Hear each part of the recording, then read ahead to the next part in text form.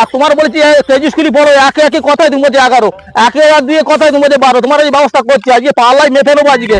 দিদিমণির কি অবস্থা? কাকা কোথায় যাচ্ছ? আর বলো কেন, তোমার এই ভাই হ্যাঁ বই পড়তে যাচ্ছি দিদিমণির কাছে। দুপুরবেলা ভাত খাইনি, মুড আমার গরম একদম। হ্যাঁ কারণ কি জানো, যে কেজি স্কুলে পড়ে বলছি এক আর একে কত হয়, বলছে 11, আর বলছি এক হাত দিয়ে কত বলে 13, বুঝছো? তা ভাই কি হাঁটতে না নাকি? ও হাঁটাবো কেন, তাড়াতাড়ি নিয়েছি, দুপুরবেলা দুটো খেতে হবে তো 4টের পরে। ভাই যেখানে পড়ে আমার বোনও সেখানে পড়ে, চলো একসাথে যাবো। চলো।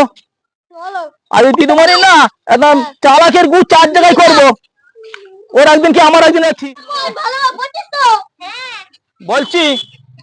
এই ছোড়ে ওইদিকে না, আর মুড এখন গরম করাবি না। বলছি আমার এই ছেলে কি পড়াও কি পড়া আমি জানি না, আমি আজকে পাল্লা বাট খেলে মেয়ে 500 টাকা মাইনে দেই, এই পাল্লায় আজ মেপে নেবো পড়ার পরে। এই, বই খাতা খুলে ফেল, ঝপ করে খোলে বই পড়া এখানে।